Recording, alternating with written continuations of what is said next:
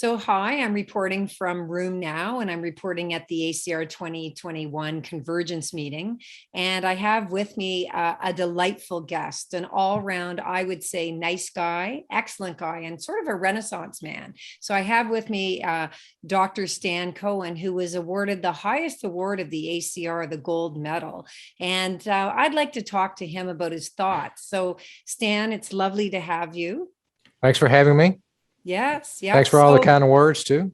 yes, yeah. Well, they're sincere and heartfelt. I appreciate it. So if you could tell me about where you think rheumatology has been, and then I think just as importantly, where it's going to help, I think our listeners sort of get inspiration, but also sometimes I think you see a tsunami of ideas and then it trickles out, then another big wave comes. So where do you think we've been and where do you think we're going? Well, I think we're in a good place. When I started 42 years ago, had gold and penicillamine, which helped very few people. And we were fortunate with methotrexate coming out.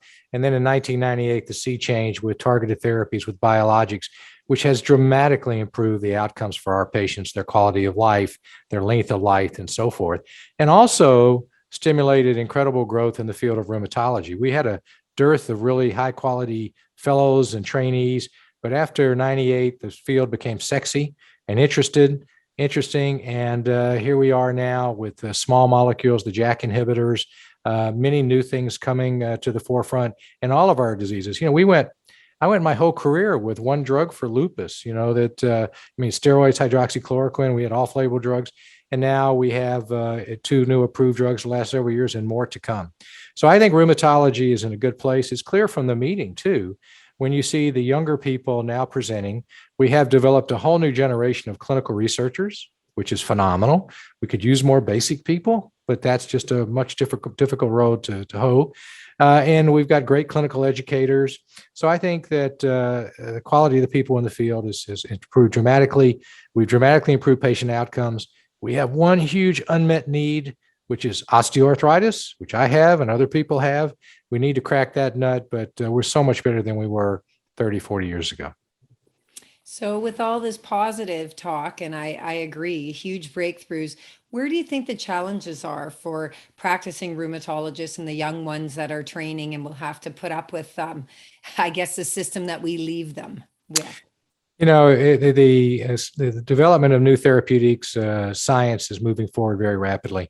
Delivery of healthcare has never been more difficult. We're overwhelmed with patients, which is okay. We need to help people. The electronic medical record creates extra work for us. Dealing with third-party payers in our country, you dealing with government-funded healthcare in your country, it's just become an incredible battle. The whole system is changing in our country. You may be reading about all of the pharmaceutical pharmacies hiring doctors. So it's going to be the Walgreens doctor, the CVS doctor, just going to be a different way. The physician extenders do a great job. We need more of them who are quality and well-trained, which the college does help with that. So I think the delivery of healthcare, the burnout that occurs, it's just very, very hard. It's fine. It's nothing better than being in the room with the patient, talking with them. It's when you leave the room and it's all the various and sundry things that you now have to do yourself rather than ancillary people, whether it's because you can't afford to have the ancillary people or the parties to be require you to do it. So for example, in our country, now prescribing a narcotic, I have to be the only one personally to prescribe it. I have to go in the system, hit a key fob, check make sure they're not getting a prescription for someone else.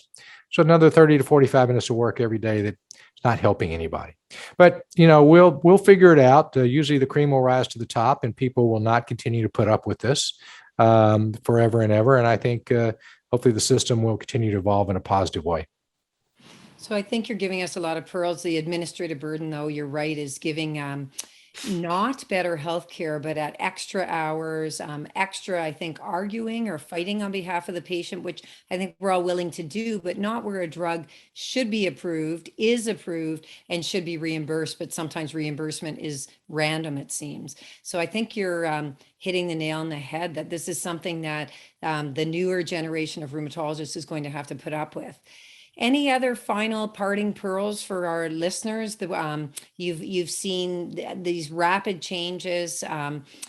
I have a question because I don't know when my patient will break through on any treatment, whether it's OA with NSAIDs or SPA on their biologicals or advanced therapies or lupus on multiple immune suppressants or RA or GCA. It just seems that some of our drugs, all good things come to an end, and I don't know why or when or in whom. No, I think that's something we need to understand. Basically, what you're talking about is understanding personalized medicine a little bit better.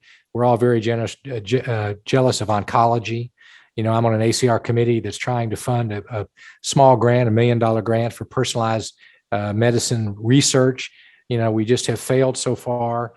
We have polygenic diseases probably that relate to the environment, so it's a lot harder. It's not like getting a tumor or cancer cell and looking for markers. But I think science will move forward and we will be able to understand which patients should be treated with which therapies. And I think that'll be a tremendous leap forward. It's coming. It's just, sometimes you got to fail a few times before you get there. Fully agree. Well, Stan, wonderful having you, and thank you for giving up your time to interview. Follow us at Room Now. Thank you.